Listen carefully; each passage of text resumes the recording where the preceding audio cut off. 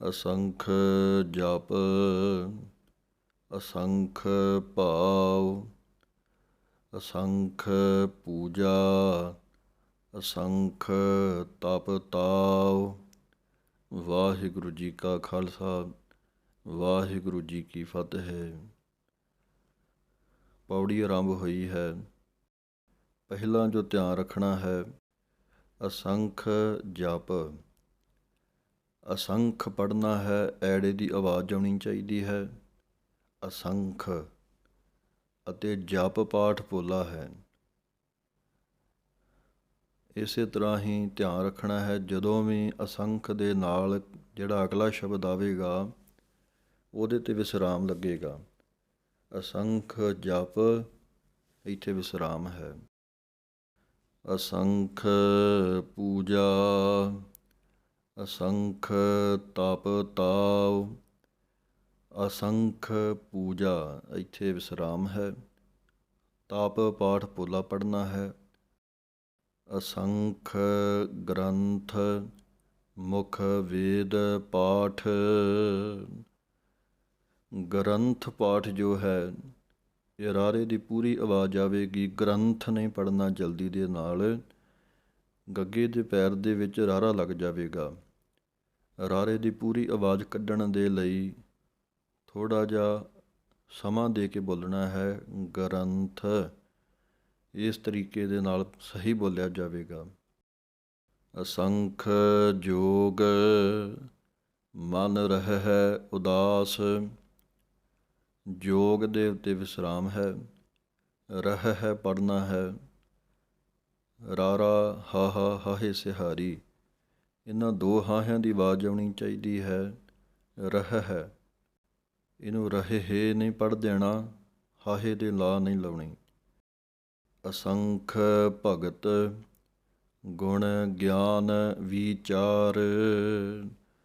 ਭਗਤ ਦੇ ਉੱਤੇ ਵਿਸਰਾਮ ਹੈ ਅਤੇ ਪਾਠ ਪੜ੍ਹਨਾ ਹੈ ਵਿਚਾਰ। ਇਹਨੂੰ ਬੱਬਾ ਨਹੀਂ ਬੋਲ ਦੇਣਾ, ਵਿਚਾਰ, ਵਾਵੇ ਦੀ ਆਵਾਜ਼ ਆਉਣੀ ਚਾਹੀਦੀ ਹੈ। ਅਸੰਖ ਸਤੀ ਅਸੰਖ ਦਾਤਾਰ। ਸਤੀ ਪਾਠ ਪੋਲਾ ਪੜ੍ਹਨਾ ਹੈ, ਇੱਥੇ ਹੀ ਵਿਸਰਾਮ ਹੈ। ਅਤੇ ਦਾਤਾਰ ਪਾਠ ਪੜ੍ਹਨਾ ਹੈ, ਇਕੱਠਾ ਹੀ ਹੈ। ਕਈ ਦਤਾਰ ਕਹਿ ਜਾਂਦੇ ਹਨ, ਦੱਦੇ ਦੇ ਕੰਨੇ ਨੂੰ ਛੱਡ ਜਾਂਦੇ ਹਨ, ਲੇਕਿਨ ਦੋਵੇਂ ਦੱਦੇ ਦੇ ਅਤੇ ਤੱਤੇ ਦੇ ਕੰਨਿਆਂ ਨੂੰ ਬੋਲਣਾ ਹੈ, ਦਾਤਾਰ। ਅਸੰਖ ਸੂਰ ਮੋਹ ਭਖ ਸਾਰ। ਸੂਰ ਦੇ ਉੱਤੇ ਵਿਸਰਾਮ ਹੈ। ਪਾਠ ਹੈ ਮੋਹ।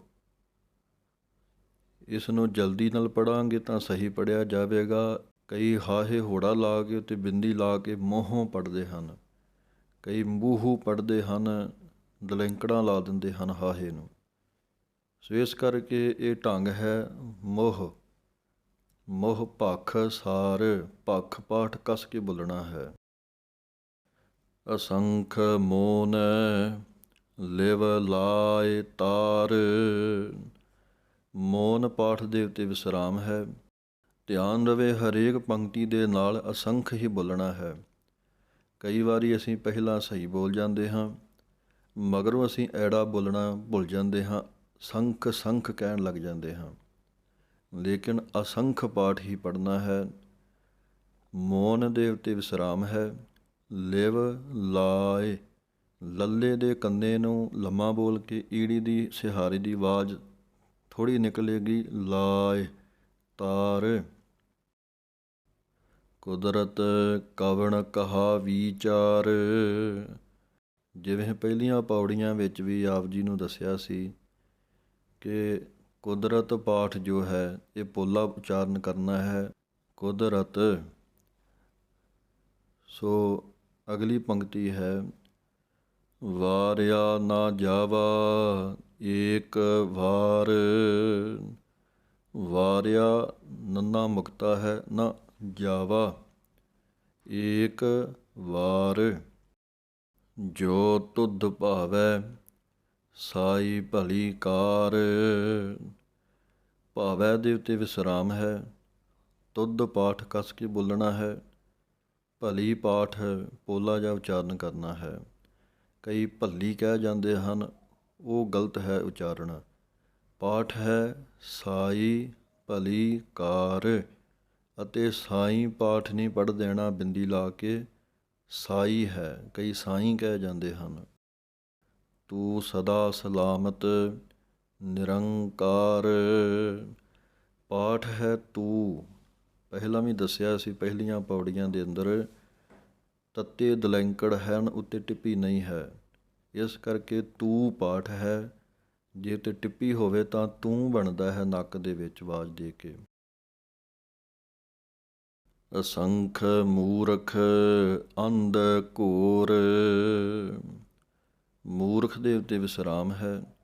ਅੰਧ ਪਾਠ ਪੜ੍ਹਨਾ ਹੈ, ਧੱਦੇ ਦੀ ਆਵਾਜ਼ ਆਉਣੀ ਚਾਹੀਦੀ ਹੈ। ਅਸੰਖ ਚੋਰ ਹਰਾਮਖੋਰ, ਪਾਠ ਹੈ ਹਰਾਮਖੋਰ। ਇਸ ਨੂੰ ਜ਼ਿਆਦਾ ਭਾਰਾ ਨਹੀਂ ਬੋਲਣਾ, ਹਰਾਮਖੋਰ ਕਈ ਕਹਿ ਜਾਂਦੇ ਹਨ। ਪੋਲਾ ਜਿਹਾ ਉਚਾਰਨ ਕਰਨਾ ਹੈ ਅਤੇ ਇਕੱਠਾ ਹੀ ਕਰਵਾਇਆ ਜਾਂਦਾ ਹੈ ਸੰਪਰਦਾਵਾਂ ਦੇ ਅੰਦਰ। ਕਈ ਸਰੂਪਾਂ ਦੇ ਵਿੱਚ, ਪੋਥੀਆਂ ਦੇ ਵਿੱਚ ਵੱਖਰਾ ਵੱਖਰਾ ਵੀ ਛਪਿਆ ਹੈ ਹਰਾਮਖੋਰ, ਲੇਕਿਨ ਪਾਠ ਇਕੱਠਾ ਹੀ ਆਉਂਦਾ ਹੈ ਅਤੇ ਕਰਵਾਇਆ ਵੀ ਇਕੱਠਾ ਹੀ ਜਾਂਦਾ ਹੈ।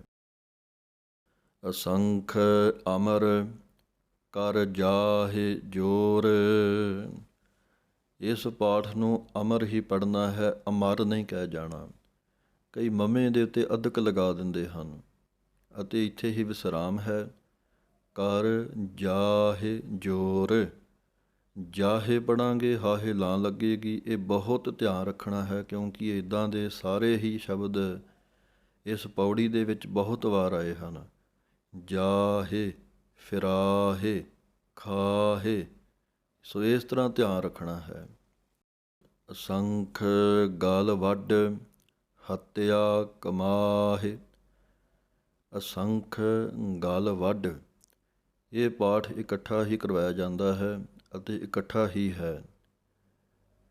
ਗਲ ਪਾਠ ਪੋਲਾ ਪੜ੍ਹਨਾ ਹੈ, ਵੱਢ ਪਾਠ ਜੋ ਹੈ ਕੱਸ ਕੇ ਬੋਲਣਾ ਹੈ ਅਧਕ ਦੇ ਨਾਲ। ਗਲ ਵੱਢ, ਇੱਥੇ ਹੀ ਵਿਸਰਾਮ ਹੈ। ਹੱਤਿਆ ਪਾਠ ਵੀ ਕੱਸ ਕੇ ਬੋਲਣਾ ਹੈ ਅਤੇ ਕਮਾਹੇ, ਇਹ ਢੰਗ ਹੈ ਬੋਲਣ ਦਾ। ਕਮਾਹੇ ਨਹੀਂ ਕਹਿ ਜਾਣਾ, ਹਾਹੇ ਲਾਂ ਨਹੀਂ ਲਾਉਣੀ। ਅਸੰਖ ਪਾਪੀ ਪਾਪ ਕਰ ਜਾਹਿ, ਪਾਪੀ ਦੇ ਉੱਤੇ ਵਿਸਰਾਮ ਹੈ। ਪਾਪ ਕਰ ਜਾਹਿ।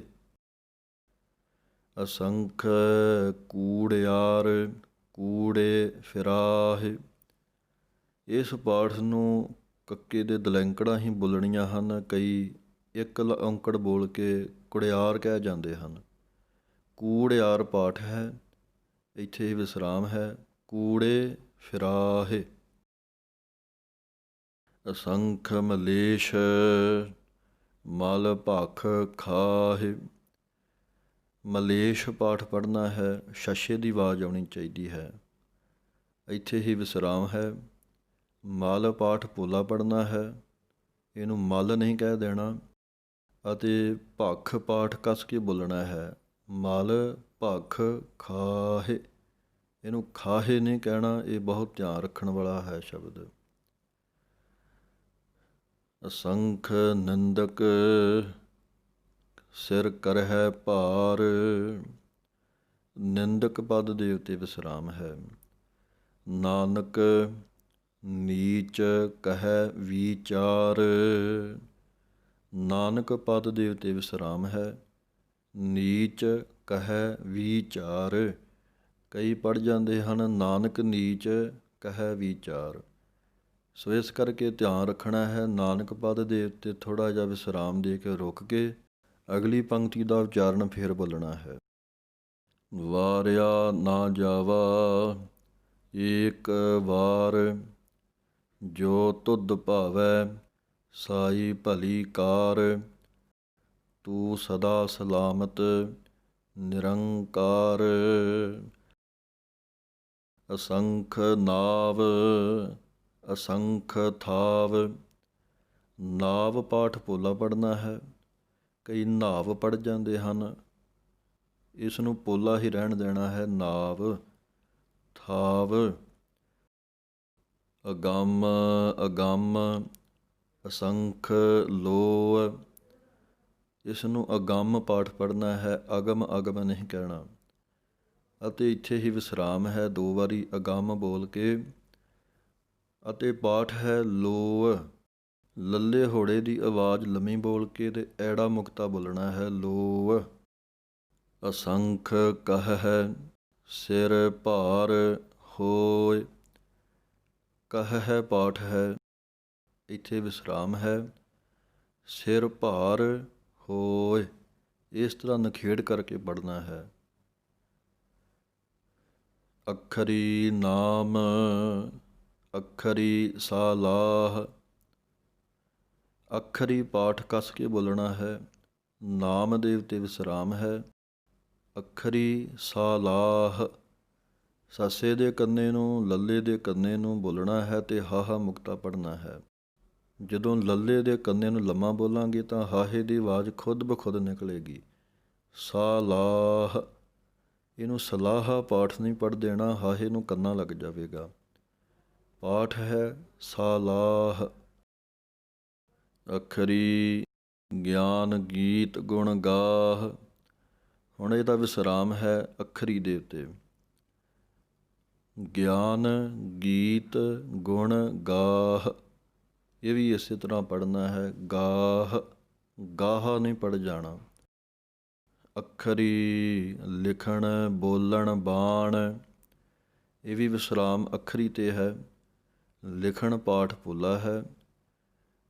ਅੱਖਰਾ ਸਿਰ ਸੰਜੋਗ ਵਖਾਣ, ਅੱਖਰਾ ਪਾਠ ਵੀ ਕੱਸ ਕੇ ਹੈ। ਸਿਰ ਦੇ ਉੱਤੇ ਵਿਸਰਾਮ ਹੈ। ਸੰਜੋਗ ਵਖਾਣ, ਅਡਾਣੀ ਦੀ ਆਵਾਜ਼ ਆਉਣੀ ਚਾਹੀਦੀ ਹੈ। ਜਿਨ ਇਹ ਲਿਖੇ ਤਿਸ ਸਿਰ ਨਾਹਿ। ਪਾਠ ਹੈ ਜਿਨ, ਇਹਨੂੰ ਪੋਲਾ ਪੜ੍ਹਨਾ ਹੈ। ਇਹਨੂੰ ਇਹ ਨਹੀਂ ਪੜ੍ਹ ਦੇਣਾ। ਲਿਖੇ ਦੇ ਉੱਤੇ ਵਿਸਰਾਮ ਹੈ। ਪਾਠ ਹੈ ਤਿਸ ਸਿਰ ਨਾਹਿ। ਕਈ ਤਿਸ ਸਿਰ ਪੜ੍ਹ ਜਾਂਦੇ ਹਨ, ਤਿਸ ਦਾ ਸੱਸਾ ਅਤੇ ਸਿਰ ਦਾ ਸੱਸਾ ਮਿਕਸ ਕਰ ਜਾਂਦੇ ਹਨ। ਸੋ ਇਸ ਕਰਕੇ ਨਖੇੜ ਕੇ ਦੋਵੇਂ ਸੱਸਿਆਂ ਦੀ ਆਵਾਜ਼ ਕੱਢਣੀ ਹੈ। ਤਿਸ ਸਿਰ ਨਾਹਿ। ਜਿਵ ਫੁਰਮਾਏ ਤਿਵ ਤਿਵ ਪਾਹਿ। ਫੁਰਮਾਏ ਦੇ ਉੱਤੇ ਵਿਸਰਾਮ ਹੈ। ਜੇਤਾ ਕੀਤਾ ਤੇਤਾ ਨਾਉ। ਕੀਤਾ ਦੇ ਉੱਤੇ ਵਿਸਰਾਮ ਲਗਾਉਣਾ ਹੈ। ਵਿਣ ਨਾਵੈ ਨਾਹੀ ਕੋ ਥਾਉ। ਨਾਵੈ ਪਾਠ ਪੁੱਲਾ ਪੜ੍ਹਨਾ ਹੈ, ਇੱਥੇ ਹੀ ਵਿਸਰਾਮ ਲਗਾਉਣਾ ਹੈ।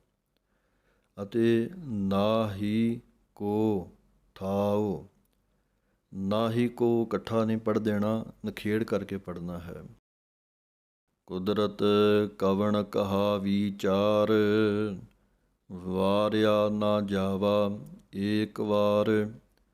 ਜੋ ਤੁਧ ਭਾਵੈ ਸਾਈ ਭਲੀ ਕਾਰ, ਤੂੰ ਸਦਾ ਸਲਾਮਤ ਨਿਰੰਕਾਰ। ਵਾਹਿਗੁਰੂ ਜੀ ਕਾ ਖਾਲਸਾ, ਵਾਹਿਗੁਰੂ ਜੀ ਕੀ ਫਤਿਹ।